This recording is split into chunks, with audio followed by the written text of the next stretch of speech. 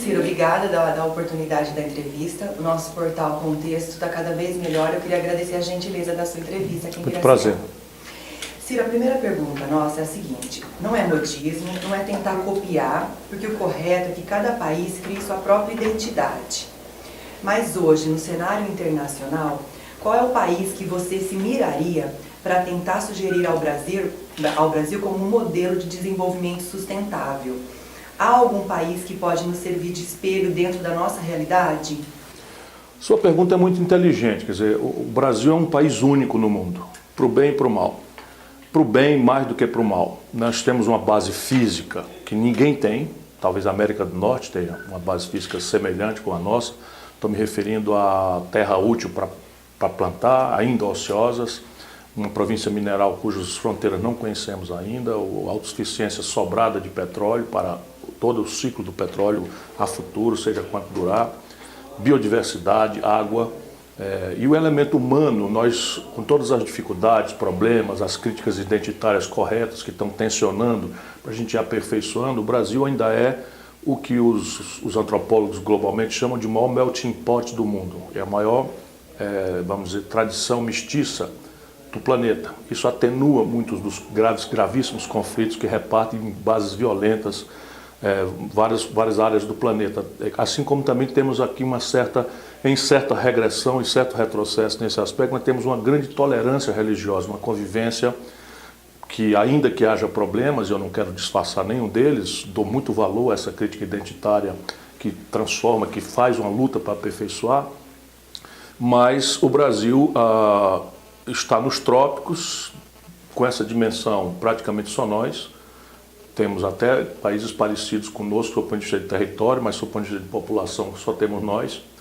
E isso nos determina um esforço muito grande, muito peculiar de desenhar nossas próprias instituições. Porém, nós podemos nos mirar, sob o ponto de vista de desenvolvimento contemporâneo, nos marcos de economia política. Se as institucionalidades são intransplantáveis, os modelos de economia política estão se resumindo a nuances de uma economia mista, em que um Estado forte, de preferência ao nosso modo de ver democrático, se associa a uma iniciativa privada forte, pujante, e imediatamente traz para junto dessa grande associação a universidade, o pensamento técnico-científico, que produz as respostas, seja nos valores humanistas das humanidades, seja nas questões técnicas das outras artes, do gênio humano em ciência e tecnologia. E aí pulam com evidência dois exemplos. Que é possível fazer um desenvolvimento em rápidas décadas, 2, 3 décadas foi o que durou, é o que dura o experimento coreano, sul-coreano. E outro, o experimento de economia política chinesa. Não nos serve a institucionalidade política, porque ali é um regime autoritário. Ciro, você acabou de comentar sobre um Estado forte. Eu acho que um debate que a gente faz necessário é sobre o tamanho do Estado. Muitas pessoas, principalmente influenciadas pela mídia, eles falam que o nosso Estado é dispendioso, corrupto, incapaz de estabelecer mecanismos de proteção social que garantam os direitos da nossa Constituição. Você podia falar um pouco sobre esse tema para desmistificar? Parte disso é verdade, mas veja bem, nós temos que ajudar o povo a entender que se nós temos uma vaca de alta linhagem, de alta raça, de alta procedência genética, que dá, sei lá, 20 litros de leite em 2 ordenhas por dia, e de repente essa vaca de primeira linha é infectada com carrapatos, mesmo com muitos carrapatos, definitivamente a solução para esse problema, não é dar um tiro na testa da vaca. Se você mata a vaca, os carrapatos morrem, mas você fica sem a vaca também. Isso é uma metáfora rude para tentar explicar que nós não temos que cair nessa discussão falsa, onde a gente perde de que o Estado é bom ser grande ou é bom ser pequeno. Isso não existe, isso é completamente ocioso. O que nós temos é que desenhar um projeto nacional de desenvolvimento e definir nesse projeto com inteligência, com alguns valores ideológicos que nós temos que chocar democraticamente para ver se eles valem. Eu estou me referindo à ideia de que nós não podemos ser egoístas, estou me referindo à ideia de que não podemos ser ricos e viver no luxo e no fausto, enquanto milhões de pessoas vivem na miséria, na pobreza, na violência, na deseducação. Então, se esse imperativo moral da solidariedade com os mais pobres ganhar a batalha, e o projeto nacional afirmar os objetivos estratégicos do país, isso define com inteligência e não com preconceito ideológico que tamanho deve ter o Estado, que funcionalidades o Estado deve ter.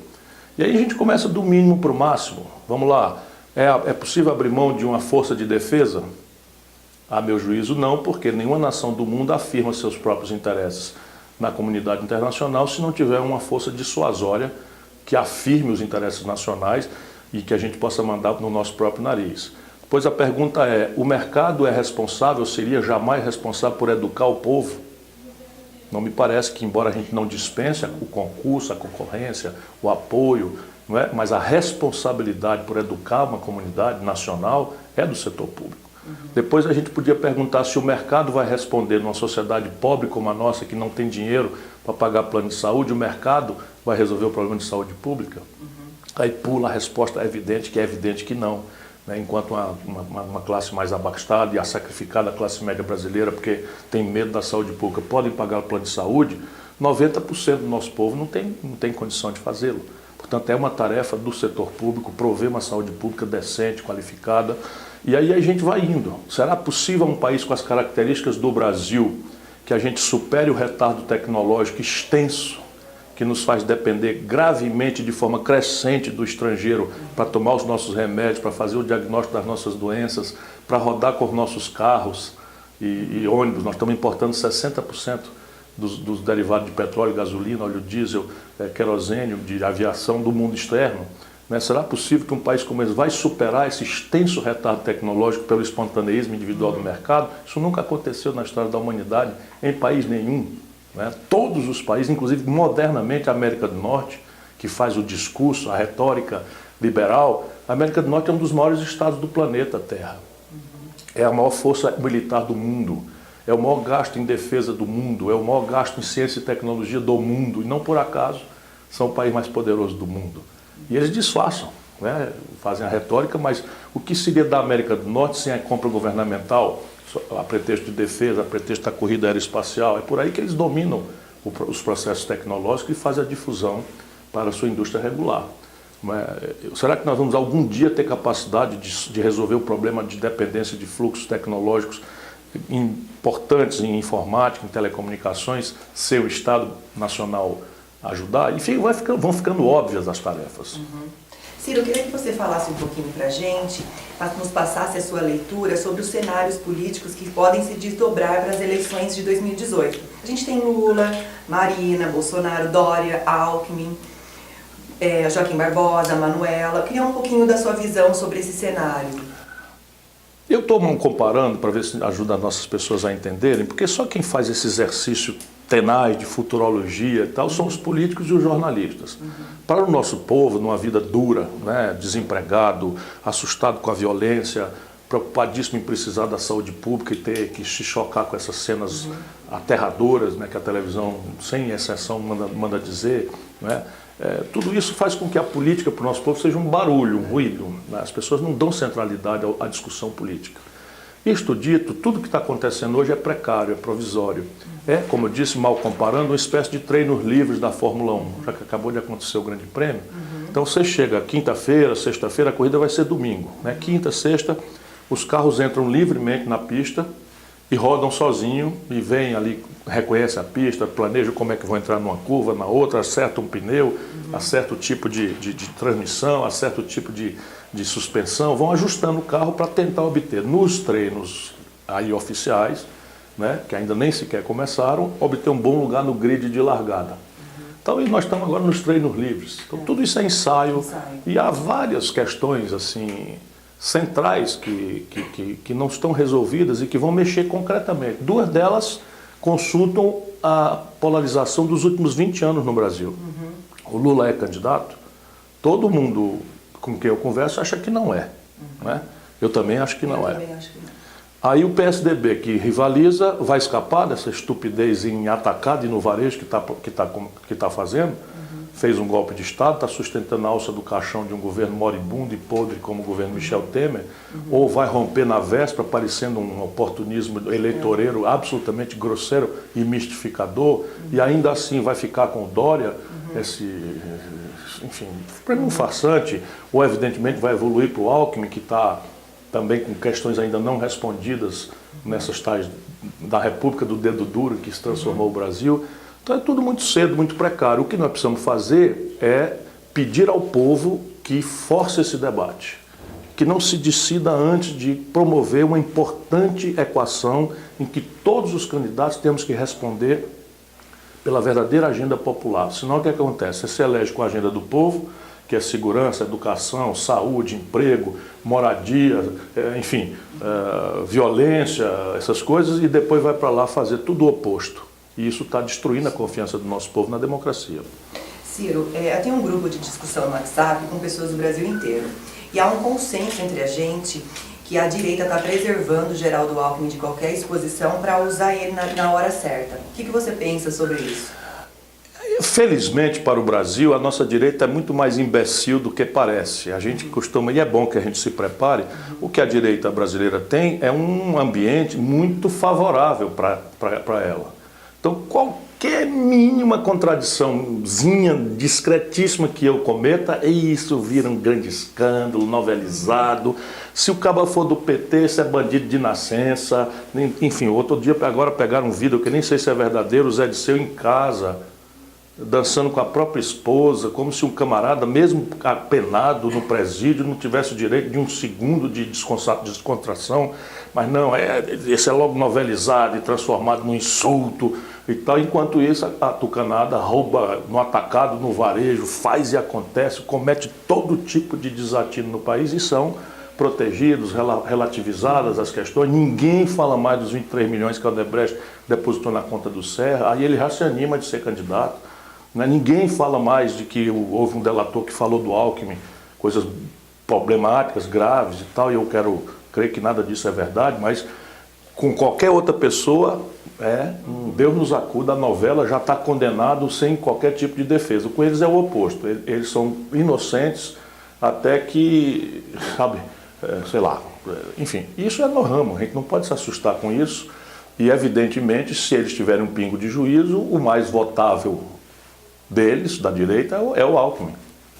A nossa última pergunta, Ciro, é o seguinte: você recentemente declarou que pretende revogar algumas das medidas que o presidente tomou. Como isso seria possível? Algumas coisas são gerenciais, elas integram a autoridade do presidente da República. Por exemplo, todos os campos de petróleo que foram entregues aos estrangeiros a partir do golpe com a revogação da lei de partilha serão expropriados com as devidas indenizações. Isso simplesmente será feito se eu tiver um dia a honra de servir ao Brasil como seu presidente. A reforma trabalhista, àquela altura, não é propriamente revogada, ela será substituída por uma verdadeira reforma trabalhista que eu vou mobilizar o pensamento acadêmico, os sindicatos, os empresários, a experiência internacional comparada, e vamos fazer durante 6 meses um amplo debate para perceber o que é correto, e em nenhuma circunstância a reforma trabalhista pode introduzir, como esta fez, insegurança jurídica e insegurança econômica no mundo do trabalho. Nenhum lugar do mundo sério faz isso. O lugar mais competitivo do mundo é a Alemanha, não por acaso tem o maior custo por hora trabalhada do planeta. A China já passou o custo por hora trabalhada do Brasil. E no Brasil, não é definitivamente o custo dos salários, embora haja distorções na Justiça do Trabalho, a gente sabe disso, eu sou advogado, há muito abuso. Ok, vamos corrigir essas imperfeições, mas garantindo segurança jurídica e segurança econômica para o mundo do trabalho, que é o que interessa. Até para o capitalista que não seja definitivamente estúpido. Por quê? Porque o mundo inteiro moderno já aprendeu, o mundo capitalista, já aprendeu que para vender as mercadorias, para produzir e ter o mercado, é preciso que haja renda. Se você estrangula a renda, o país não ganha escala. Por isso que a nossa economia está do jeito que está.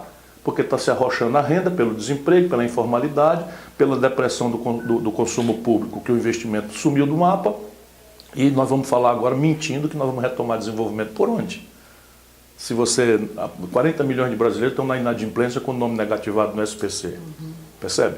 Então é preciso encerrar essa selvageria que ressuscitou o zumbi do século XIX e botar uma mulher grávida para trabalhar em ambiente insalubre. Que é isso? Ciro, você falou agora a sua proposta de reforma trabalhista passaria por um diálogo com diferentes... Todas as reformas do país nunca passaram por isso. Porque é sempre um jogo miúdo, para atender ao baronato, não é? Que ganha... No Brasil hoje tem seis pessoas no Brasil hoje somam as suas fortunas o equivalente à renda de 100 milhões de brasileiros. E mais grave, não pagam imposto nenhum. E aí essa gente, assim como representante de um grupo maior de 10 mil famílias, que mandam e desmandam. E elas querem aviltar a condição de vida do povo para ganhar mais dinheiro. O que é uma coisa absolutamente egoísta, intolerável, que está matando a nossa nação. O Brasil hoje é uma nação sangrada, nós não aguentamos mais. Só no Banco Central, sem que ninguém sequer tenha direito de saber o que é, mas eu sou obrigado a saber e vou tentar que Deus ilumine a minha palavra para mostrar isso para o povo. Hoje tem 1 trilhão e quase 200 bilhões de reais de uma tal operação compromissada, com juros absolutamente exorbitantes, feitas pelo Banco Central sem conversar com ninguém, sem sair uma linha de jornal. E essa montanha de dinheiro, 1 trilhão e 200 bilhões, vence em 4 dias. Isto está matando o país. E se a gente não colocar isso em perspectiva de discussão e resolver isso, o Brasil corre o risco de ser uma ex-nação. Porque não temos mais capacidade de mandar no nosso próprio nariz. Nosso povo não quer acreditar mais na democracia, no seu sistema representativo. Pessoas desorientadas buscam soluções grotescas, como um esforço, vamos dizer, de vomitar o desprezo, a raiva, o ódio que estão sentindo. E não é para menos, não faltam razões para o nosso povo. A gente tem que trazer essa bola de novo para o centro do campo. Peraí, calma.